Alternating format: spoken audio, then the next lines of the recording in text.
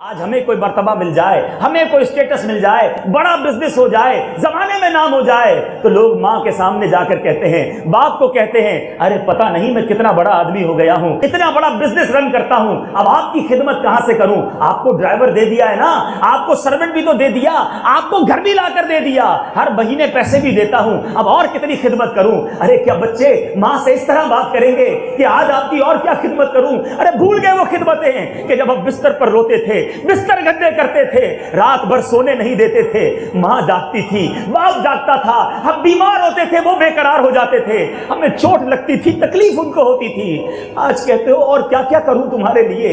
ارے خدا کی قسم، آج میں اور آپ جو کچھ ہیں، آج ہمارے پاس کچھ بھی ہے، اگر دولت ہے، اگر شہرت ہے، اگر ہمارا نام ہے، اگر زمانے میں مقام ہے، تو یہ فقط ہمارے والدین کا صدقہ ہے، یہ ہمارے پیرنٹس کی مہربانی ہے۔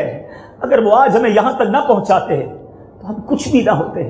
کبھی اپنے ماں باپ کو یہ مت کہنا کہ میں نے یہ کر دیا، میں نے وہ کر دیا۔ سنو، نبی پاک علیہ الصلوۃ والسلام کی بارگاہ میں ایک شخص نے کیا عرض کیا تھا، یا رسول اللہ صلی اللہ تعالی علیہ وسلم، on a path stones were so hot that a piece of meat would have roasted if it had been put onto them۔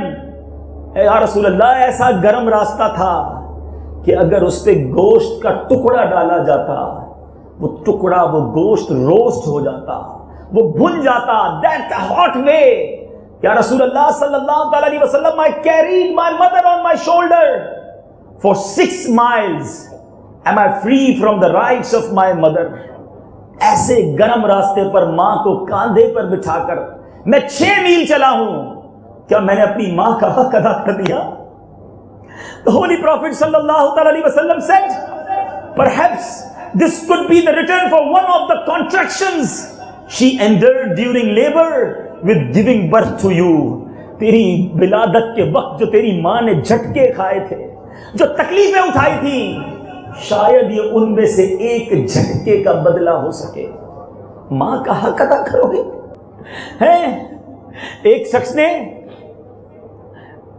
یہ دعویٰ کیا کہ میں نے اپنی ماں کو کاندھے پر اٹھا کر 7 حج کیے ہیں، شاید اب ماں کا حق ادا کر دیا۔ رات سویا تو غیب میں ندا آئی، ایک رات تو نے بستر گندا کر دیا تھا، that was cold night، اور تو نے بیڈ پر ہی یورین کیا تھا۔ ماں کے پاس کوئی ایسی چیز نہیں تھی کہ اس یورین کو کلیئر کرے، that is a cold night۔ اب only 2 options تھے، یا تجھے گندے بستر پر، ٹھنڈے اور کولڈ بستر پر لٹاتی، یا خود لیٹ جاتی۔ اس ٹھنڈی رات میں ماں اس بستر پر سو گئی، تجھے اپنے سینے سے لگا لیا۔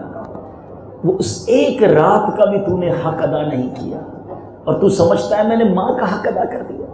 کبھی بھی پیسے دے کر ماں باپ کو یہ مت کہنا کہ یہ میرے ہیں، یہ تمہارے ہیں، یہ میں نے کمائے ہیں، یہ میرا سب کچھ ہے۔ ارے ہمارے پاس جو کچھ ہے وہ ہمارے ماں باپ کا صدقہ ہے۔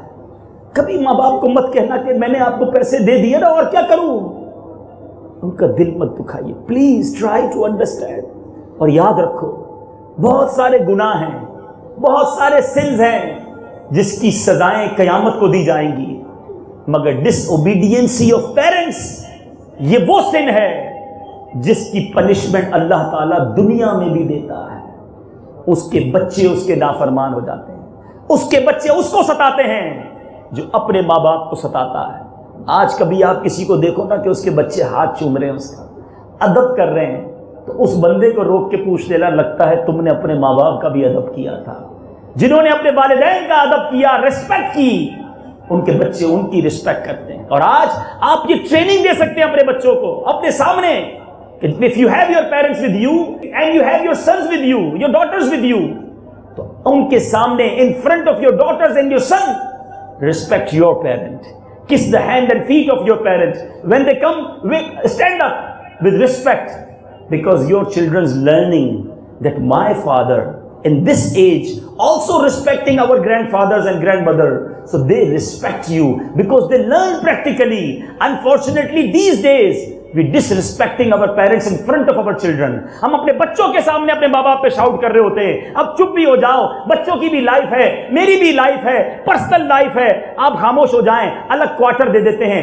اللہ غنی اولڈ ہاؤس میں ماں باپ کو ڈال کے آ جاتے ہیں. اللہ کو کیا جواب دو گے؟